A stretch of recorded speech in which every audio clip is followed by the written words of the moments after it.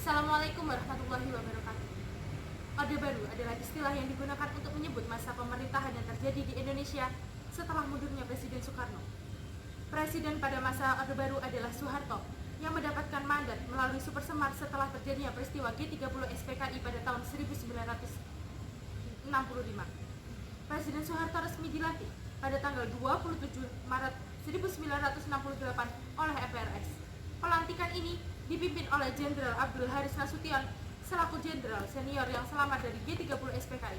Pembacaan pidato dilakukan saat pelantikan. Assalamualaikum warahmatullahi wabarakatuh. Saya berjanji akan melaksanakan amanah yang diberikan MPRS dengan sebaik-baiknya dan menegakkan hukum, menegakkan konstitusi, dan menegakkan demokrasi. Tidak satu golongan pun boleh a priori mempertahankan atau memaksakan kehendak atau pendiriannya. Demokrasi Pancasila harus ditegakkan dan musyawarah dan perwakilan. Tidak boleh dibiarkan penindasan golongan lemah oleh golongan kuat, baik melalui cara-cara politik ataupun ekonomi.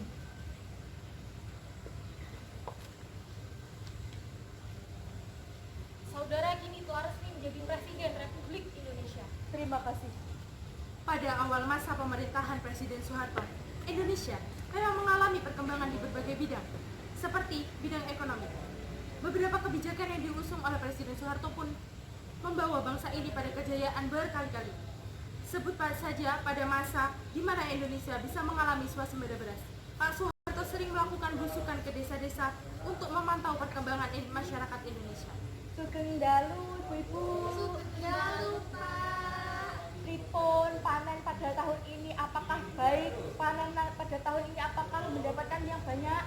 Baik Pak. Alhamdulillah, monggo. Meski ekonomi berkembang pesat, namun hal ini berjalan dengan KKN, korupsi, kolusi, nepotisme yang semakin merajalela. Hal ini karena Presiden Soeharto terlalu berfokus pada pembangunan ekonomi dan kebijakan-kebijakan yang diambil pun mulai membuat masyarakat Indonesia tidak puas. Akhirnya, pada tanggal 15 Januari 1974, mahasiswa melakukan aksi demonstrasi yang dipimpin oleh Hardiman Siregar. Rekan-rekan sekalian, mari kita buka beban sejarah. Kita bantu pengangguran mendapatkan pekerjaan. Kita buat perekonomian bangsa menjadi maju. Ayo kita tuntaskan korupsi. Tuntaskan korupsi. Tuntaskan korupsi. Tuntaskan korupsi. Berita akan demonstrasi yang dilakukan oleh kalangan mahasiswa pun sampai ke telinga Soeharto pada kala itu.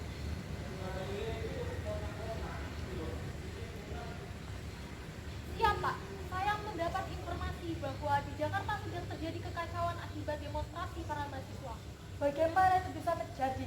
Lekas selesaikan semua demonstrasi tersebut secara cepat. Siap Pak, akan saya laksanakan. Namun demonstrasi tetap tidak bisa dihentikan dan keadaan pun Tuntaskan semakin korupsi. memburuk. Tuntaskan Kerusuhan korupsi. kemudian berlanjut Tuntaskan menjadi aksi korupsi. penjarahan dan Ayo. vandalisme menyebar ke daerah lain di Indonesia. Beberapa hari selanjutnya, sejumlah tokoh nasional melakukan diskusi mengenai situasi sosial dan politik terkini mengenai Soeharto mundur dari jabatannya. Mengetahui kondisi yang semakin mencekam, membuat Presiden Soeharto pada tanggal 21 Mei 1998 memutuskan untuk turun dari jabatan. Assalamualaikum warahmatullahi wabarakatuh. Saya memantau dan melihat kondisi akhir-akhir ini. Dengan melihat segala aspek membuat saya sulit untuk menjalankan pemerintahan saya. Dan saya pada hari ini memutuskan untuk turun jabatan saya sesuai dengan pasal 8 Undang-Undang 45. Maka Wakil Presiden Republik Indonesia adalah Profesor Haji B.J. Habibie yang akan melanjutkan sisa waktu jabatan Presiden saya. Atas bantuan dan dukungannya rakyat selama ini, saya mengucapkan terima kasih sebanyak-banyaknya. Wassalamualaikum warahmatullahi wabarakatuh. Posisi tersebut lantas digantikan oleh Baharudin Yusuf Habibie sebagai presiden ketiga yang kala itu menjabat sebagai Presiden Soekarno. Assalamualaikum warahmatullahi wabarakatuh. Saya sebagai Wakil Presiden Soeharto akan meneruskan jabatan beliau dan mengemban jabatan dengan sebaik-baiknya. Terima kasih saya ucapkan. Wassalamualaikum warahmatullahi wabarakatuh. Baharudin Yusuf Habibie pun resmi menjadi Presiden ketiga Republik Indonesia.